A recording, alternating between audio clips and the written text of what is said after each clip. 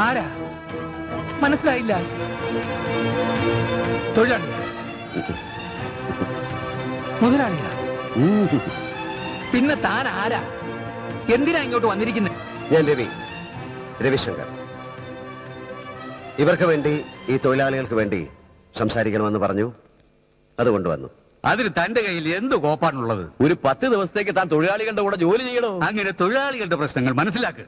യൂണിയനുകളുമായി ബന്ധപ്പെട്ട് trade union എന്താണെന്നും പഠിക്കാം. അങ്ങനെ പറഞ്ഞു മനസ്സിലാക്കി കൊടുക്കണോ? സാറിന്റെ പേരെന്താണാവോ? തനിക്കറിയില്ലേ? അല്ല, എന്നാലും ഒന്ന് പറഞ്ഞോളൂ. AB തരകൻ. ഓ, AB തരകൻ. ആ, നീണ്ട 15 വർഷങ്ങളായി തുറമുഖ തൊഴിലാളികളുടെ ജീവാത്മാവും പരമാത്മാവുമായ പ്രസിഡന്റ്, ദേശീയവും സാർവദേശീയവുമായ പ്രശ്നങ്ങൾക്ക് പരിഹാരം കാണുന്നവൻ AB തരകൻ. കേവലം റബ്ബർ സ്റ്റാമ്പ് എന്നൊക്കെയാ ശത്രുക്കൾ പറയുന്നത്. പക്ഷേ കുശാഗ്ര ബുദ്ധി, തുറമുഖത്ത് ആരെവിടെ എന്ത് ചെയ്യണമെന്ന് തീരുമാനിക്കാൻ കെൽപ്പുള്ളവൻ, കുത്തക മുതലാളിമാരുടെ ചട്ടുകം, പാവപ്പെട്ടവന്റെ വിയർപ്പിൽ നിന്ന് അപ്പം തിന്നുന്നവൻ, ലിസ്റ്റിലില്ലാത്ത തൊഴിലാളികളുടെ പേരിൽ തൊഴിൽ വിറ്റ് കാശാക്കുന്നവൻ. ഇതൊക്കെ 10 ദിവസം കൊണ്ട് എനിക്ക് പഠിക്കാൻ കഴിയുമോ സാർ? ജനങ്ങളുടെ നന്മയ്ക്കും നാടിന്റെ പുരോഗതിക്കും വേണ്ടി പോരാടുന്നവരെ കുറിച്ചാണ് താനീ പറയുന്നതെന്ന് ഓർമ്മ വേണം.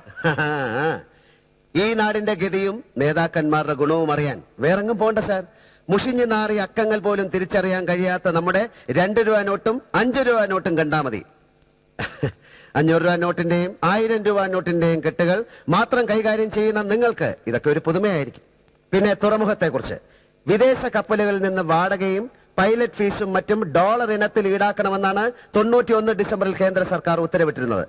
92 മുതൽ 95 വരെ ഇത് ഈടാക്കുകയും ചെയ്തിരുന്നു. 95 മുതൽ 98 വരെ 765 വിദേശ കപ്പലുകൾ വന്നതിൽ നിന്നും രൂപ ഇനത്തിൽ ഈടാക്കിയതുകൊണ്ട് 14,23,00,000 നഷ്ടമായി എന്ന് പറയുന്നതിൽ ഒരു വാസ്തവമില്ല. യഥാർത്ഥത്തിൽ ഡോളറിൽ തന്നെയാണ് നിരക്കുകൾ ഈടാക്കിയിരിക്കുന്നത്. രേഖയിൽ രൂപയാണെന്ന് മാത്രം. ഈ കോടികൾ എവിടെ പോയി? ആരൊക്കെയാണ് ഇതിന്റെ പിന്നിൽ കളിച്ചിരിക്കുന്നത്?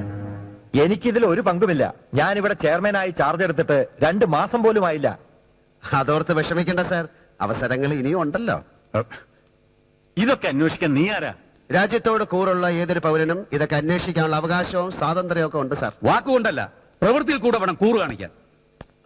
Mister ARM. Oh yes, ARM Raphael, CTTU എന്ന ട്രേഡ് യൂണിയൻ കമ്പനിയുടെ മുതലാളി.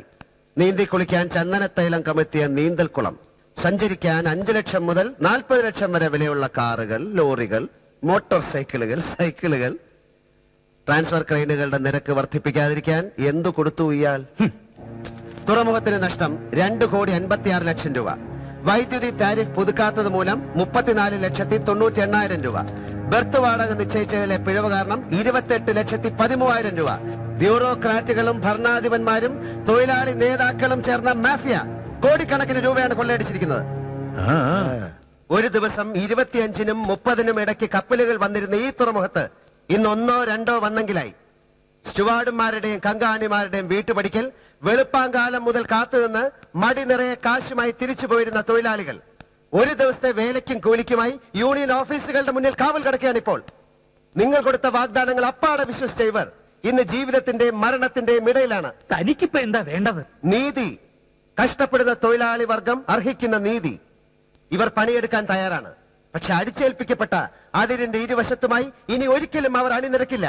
ഒരു യൂണിയന്റെ കീഴിലും ഇവർ ജോലി ചെയ്യില്ല. സ്വതന്ത്രരായ തൊഴിലാളികളാണിവർ. ഇവരുടെ വിയർപ്പിന്റെ കൂലി പറ്റാൻ ഒരു ട്രേഡ് യൂണിയൻ നേതാക്കളെയും അനുവദിക്കില്ല. അഴിമതിയും കാര്യശേഷി ഇല്ലായ്മയും മൂലം ഇനി ഒരിക്കലും അർഹതപ്പെട്ടവർ അവഗണിക്കപ്പെടരുത്. അടിയന്തര സാഹചര്യങ്ങളിൽ വേണ്ട തീരുമാനങ്ങൾ എടുക്കാതെ ഉത്തരവാദപ്പെട്ടവർ ഒഴിഞ്ഞു മാറിയതുകൊണ്ട് സംഭവിച്ചതാണിതെല്ലാം. നിങ്ങൾ എല്ലാവരും കൂടി ആലോചിക്കൂ, ഉചിതമായ ഒരു തീരുമാനമെടുക്കൂ.